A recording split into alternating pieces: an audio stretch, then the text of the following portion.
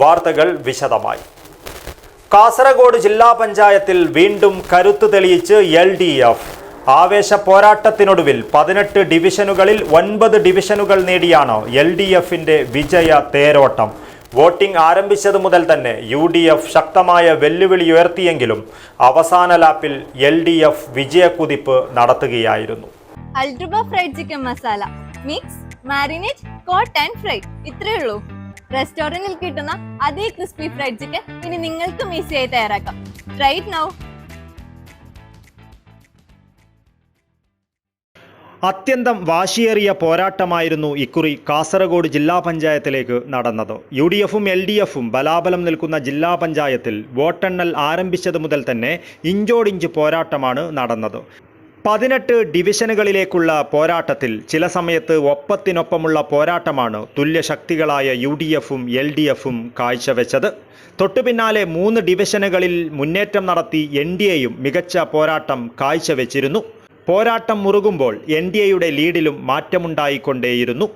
8-7, 8-9, 7-9 എന്നിങ്ങനെ LDFന്റെയും UDFന്റെയും ലീഡ് നിലയിൽ മാറ്റമുണ്ടായത് വലിയ ആകാംക്ഷയും ആവേശവും ഉയർത്തി.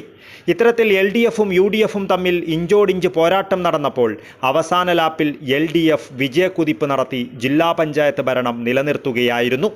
തിരഞ്ഞെടുപ്പ് ഫലമനുസരിച്ച് LDF 9 സീറ്റുകൾ നേടിയപ്പോൾ UDF 8 സീറ്റുകൾ നേടി. NDA 1 സീറ്റ് നേടി. ചെറുവത്തൂർ, കുറ്റിക്കോൾ, ദേലമ്പാടി, കള്ളാർ, കയ്യൂർ, പിലിക്കോട്, മടിക്കൈ, പെരിയ, ബേക്കൽ എന്നീ ഡിവിഷനുകളിലാണ് LDF സ്ഥാനാർത്ഥികൾ വിജയിച്ചത്. വൊർക്കാടി, പുത്തികെ, ഉദുമ, ചെങ്കള, സിവിൽ സ്റ്റേഷൻ, കുമ്പള, മഞ്ചേശ്വരം, ചിറ്റാരിക്കാൽ ഡിവിഷനുകളിലാണ് UDF സ്ഥാനാർത്ഥികൾ വിജയിച്ചത്. NDA സ്ഥാനാർത്ഥിയുടെ വിജയം ബദിയടുക്ക ഡിവിഷനിൽ നിന്നുമായിരുന്നു. ചരിത്രത്തിലെ തന്നെ ഏറ്റവും വാശിയേറിയ പോരാട്ടമായിരുന്നു ഇക്കുറി ജില്ലാ പഞ്ചായത്തിലേക്ക് നടന്നത്. ഈ തെരഞ്ഞെടുപ്പ് ഫലം അക്ഷരാർത്ഥത്തിൽ ജില്ലാ പഞ്ചായത്ത് ഭരണത്തിനായി ഇരു മുന്നണികളെയും അവസാന നിമിഷം വരെ ആകാംക്ഷയുടെ മുൾമുനയിൽ നിർത്തുന്ന ഒന്നായി മാറി. കഴിഞ്ഞ കാലയളവിൽ ജില്ലാ പഞ്ചായത്ത് നടപ്പിലാക്കിയ വികസന പ്രവർത്തനങ്ങൾക്ക് ജനങ്ങൾ നൽകിയ അംഗീകാരമാണ് ഈ വിജയമെന്ന് LDF നേതാക്കൾ പ്രതികരിച്ചു.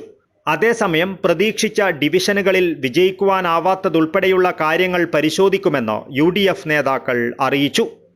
News bureau, Kasaragod.